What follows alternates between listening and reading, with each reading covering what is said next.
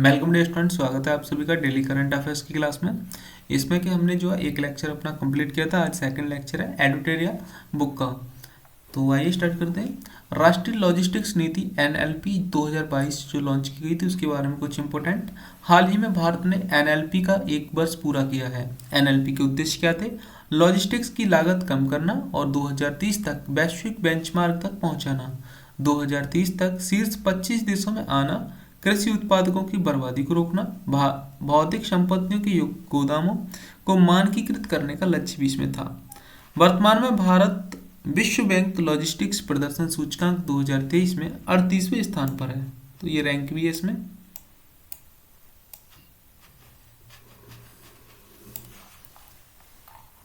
Next है PM Vishwakarma योजना। 17 सितंबर को विश्वकर्मा जयंती के अवसर पर प्रधानमंत्री पारंपरिक शिल्प कौशल में लगे श्रमिकों को सरकारी सहायता देने के लिए नई दिल्ली में पीएम विश्वकर्मा योजना शुरू की गई। सूक्ष्म लघु और मध्यम उद्यम मंत्रालय नोडल एजेंसी है और यह एक केंद्रीय क्षेत्र की योजना है। अवधि क्या है? वित्तीय वर्ष 2023-24 से वित्तीय वर्ष 2027-28 तक। अब तक प्रारंभिक परिव्यय 13,000 करोड़ रुपए है और इसमें 18 पारंपरिक क्षेत्र शामिल हैं। उद्देश्य पीएम विश्वकर्मा प्रमाण पत्र और आईडी कार्ड, कौशल उन्नयन, टूलकिट प्रोत्साहन, ऋण सहायता, डिजिटल लेन देन के लिए प्रोत्साहन और विपणन पद समर्थन। इसमें पात्रता जो है न्यूनतम आयु 18 वर्ष होनी चाहिए। लाभ परिवार की एक सदस्य तक ही सीमित रहेगा। हाथों और औजारों से काम करने वाला कारीगर शिल्पकार इसमें जो है सम्मिलित है। सशस्त्र बल विशेषाधिकार अधिनियम आसपा 1958। यह अधिनियम अरुणाचल प्रदेश, असम, मणिपुर, मेघालय, मिजोरम, नागालैंड और त्रिपुरा के अशांत क्षेत्रों में सशस्त्र बलों का विशेष शक्तियों वाला प्रावधान है। नेक्स्ट है स्वच्छ वायु सर्वेक्षण रैंकिंग 2023। पर्यावरण एवं वन एवं जलवायु परिवर्तन मंत्रालय की पहल थीम स्वच्छ वायु के लिए एक साथ इसकी थीम थी। उद्देश्य क्या था? तो इसका उद्देश्य था समाज के सभी वर्गों के बीच जागरूकता पैदा करना, नागरिकों को स्वास्थ्य प्रभावों के बारे में सूचित करना। एनसीएपी सभी के लिए स्वच्छ वायु के लक्ष्य को प्राप्त करने के लिए परिणाम 131 शहरों को 3 समूह में वर्गीकृत किया गया। फर्स्ट रैंक पे इंदौर था मिलियन वर्ग में, और फर्स्ट पे अमरावती 3 से 10 लाख में। फर्स्ट पे परवाणु 3 लाख से अधिक जनसंख्या पे जो था। स्वच्छता के मामले में शीर्ष 3 जो है शहर हैं। नेक्स्ट है मूल्यांकन के कुछ मापदंड भी हैं। वाहन उत्सर्जन, सड़क की धूल, बायोमास और नगरपालिका ठोस अपशिष्ट जलाना आदि। डिजिटल व्यक्तिगत डेटा संरक्षण अधिनियम 2023। भारत में वस्तुओं या सेवाओं की पेशकश करते समय भारत के भीतर और भारत के बाहर भी डिजिटल व्यक्तिगत डेटा के प्रसंस्करण लागू होगा। भारतीय डेटा संरक्षण बोर्ड की स्थापना की जाएगी।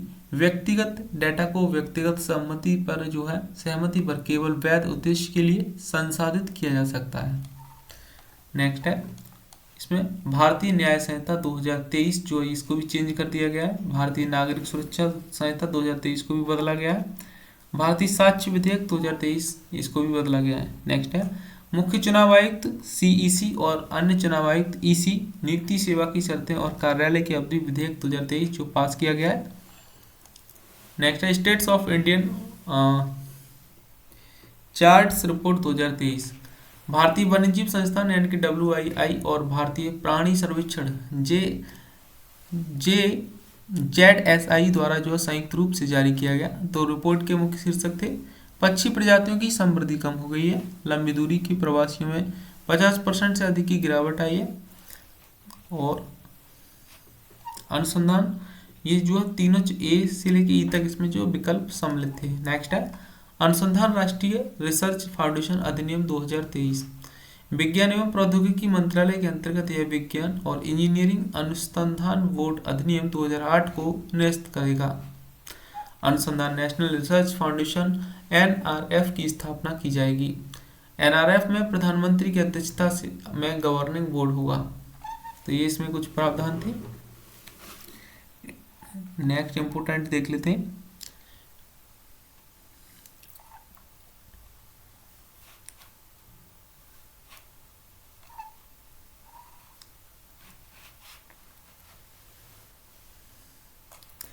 डब्ल्यूएचओ ने महामारियों से निपटने के लिए 1 फरवरी 2023 को महामारी संधि का जीरो ड्राफ्ट प्रकाशित किया।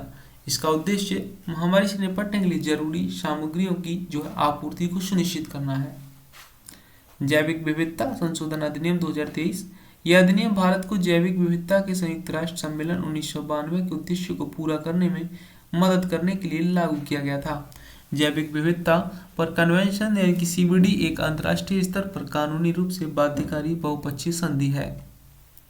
वर्ष 2022 में CO2 उत्सर्जन रिपोर्ट्स। अंतर्राष्ट्रीय ऊर्जा एजेंसी ने वर्ष 2022 में CO2 उत्सर्जन का रिपोर्ट जारी किया है।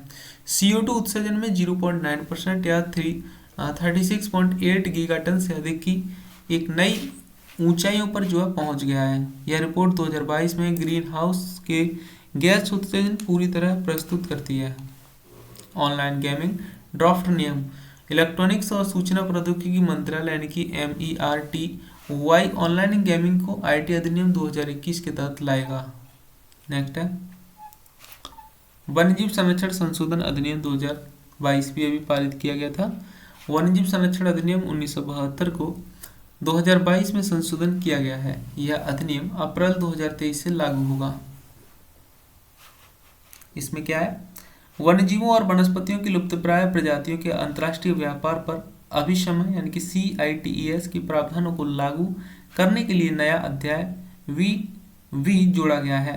5th B जोड़ा गया है। सामान्य उल्लंघन के लिए जुर्माने की अधिकतम जो है राशि 25,000 रुपये से बढ़ाकर 1 लाख तथा विशेष रूप से संरक्षित जीवों के लिए न्यूनतम जुर्माना जो है 10,000 रुपये से लेकर से बढ़ाकर जो है 25,000 रुपये कर दिया गया है। कैप्टिव जीवों या वन्य उत्पादों को सौंपने के लिए नई धारा 22 जो है 42A जोड़ा गया। अनुसूची 1 कठोर सुरक्षा, अनुसूची 2 उच्च सुरक्षा, अनुसूची 3 और 4 लुप्त प्राय प्राणियों के लिए चिन्ह नहीं है और अनुसूची 5 में वे जानवर जिनका शिकार किया जा सकता है और अनुसूची 6 में जो है पौधों की खेती वर्जित है।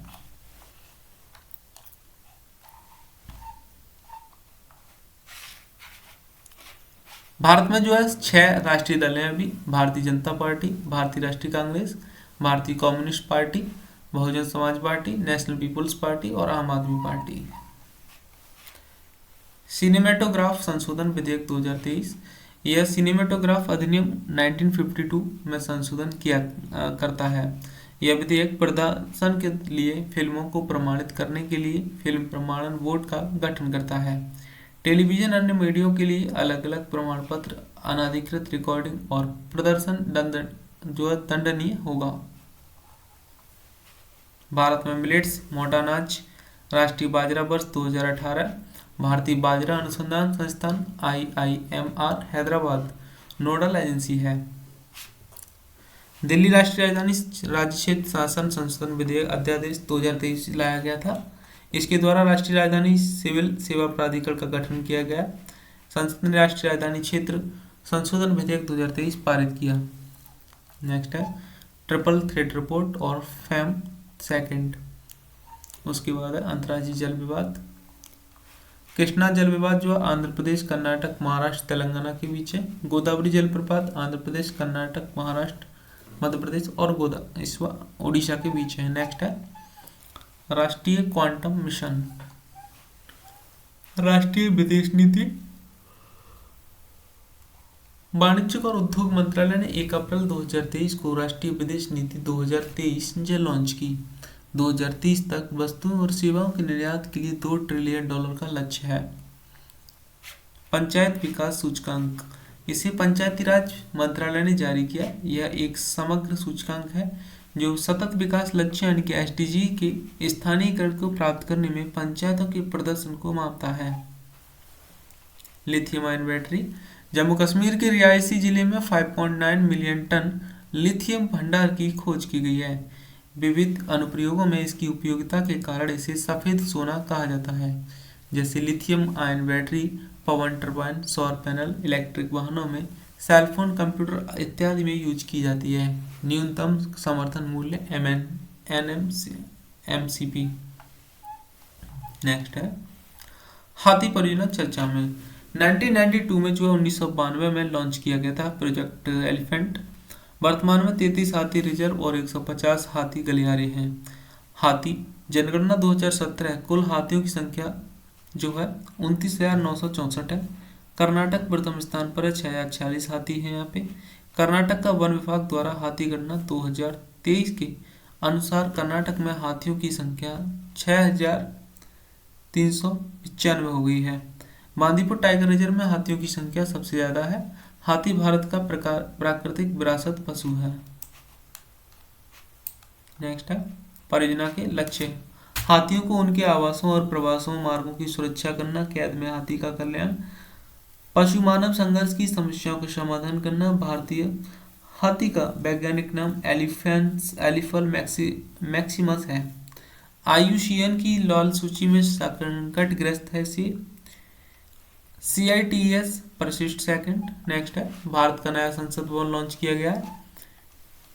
और आयुष्मान भारत योजना, इसे प्रधानमंत्री जन आरोग्य योजना के रूप में भी जाना जाता है और 23 सितंबर 2018 को लॉन्च किया गया था। नेक्स्ट है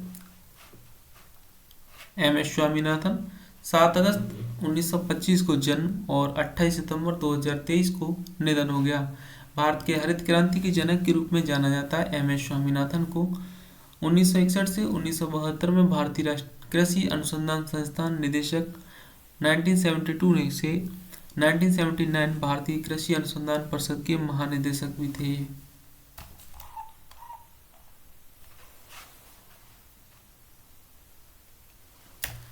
नेक्स्ट करंट अफेयर्स जो है कल देखते हैं। आज की में इतना, क्योंकि अभी थोड़ा कुछ इमरजेंसी काम था, इसलिए कल कंटिन्यू होगा। Thank you.